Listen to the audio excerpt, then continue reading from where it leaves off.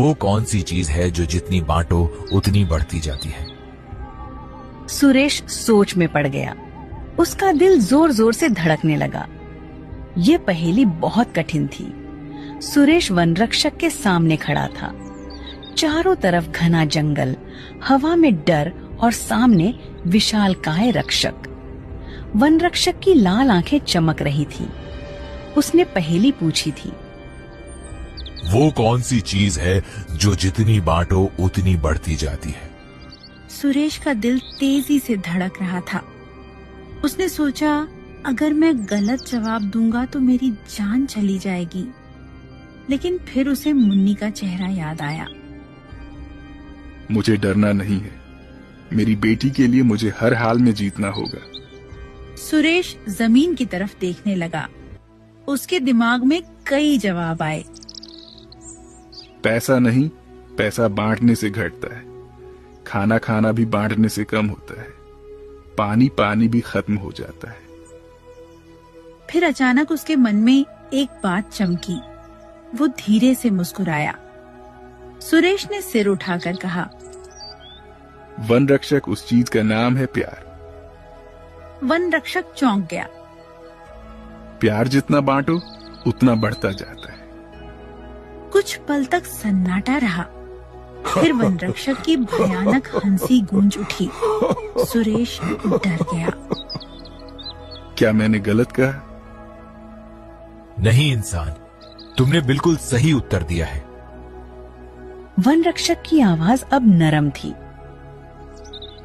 यह उत्तर केवल वही दे सकता है जिसका दिल सच्चा हो।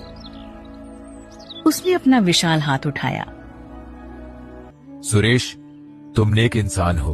तुम्हारे लिए रास्ता खुला है।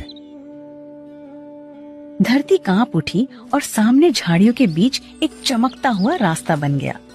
सुरेश धीरे धीरे आगे बढ़ा। जैसे ही उसने उस रास्ते पर कदम रखा, पूरा जंगल बदलने लगा। पेड़ चमकने लगे, फूलों से रोशनी निकलने लगी, हवा में मीठी खुशबू भर गई। सुरेश की आंखें आश्चर्य से फैल गईं। तभी चारों ओर से आवाजें आने लगी। स्वागत है, स्वागत है। बोलने वाले पक्षी, पेड़ों पर बैठे पक्षी इंसानों की तरह बोल रहे थे। सुरेश, तुम सच्चे हो। तुम्हारा दिल बहुत अच्छा है।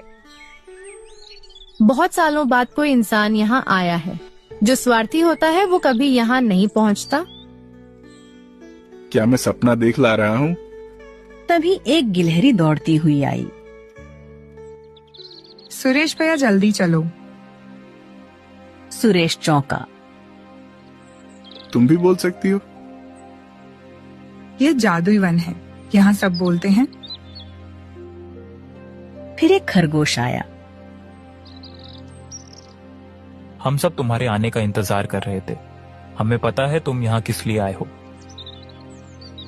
मेरा इंतजार क्यों?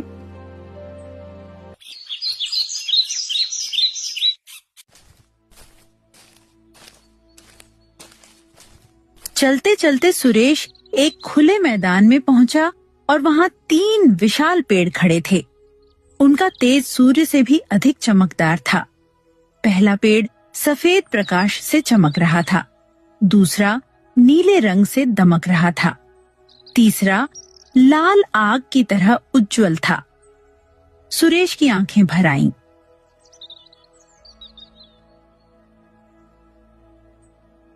यही है वो जादुई पेड़। वो धीरे से आगे बढ़ा। पेड़ों की आवाज।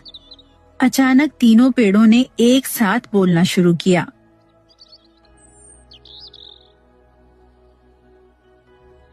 सुरेश, सुरेश, सुरेश। मैं सुरेश हूं। हम तुम्हें जानते हैं। हम जानते हैं कि तुम यहाँ क्यों आए हो। मेरी बेटी मुन्नी बहुत बीमार है। अगर आप उसे ठीक कर सकते हैं तो मेरी जान ले लीजिए। सुरेश, वरदान मुफ्त में नहीं मिलता। इसके लिए परीक्षा देनी होती है। हम तुमसे 3 पहेलियां पूछेंगे। सुरेश ने साहस करके कहा। पूछिए, मैं तैयार हूं। बताओ सुरेश, ऐसी कौन सी चीज है जो खुद चलती नहीं लेकिन दूसरों को चलाती है?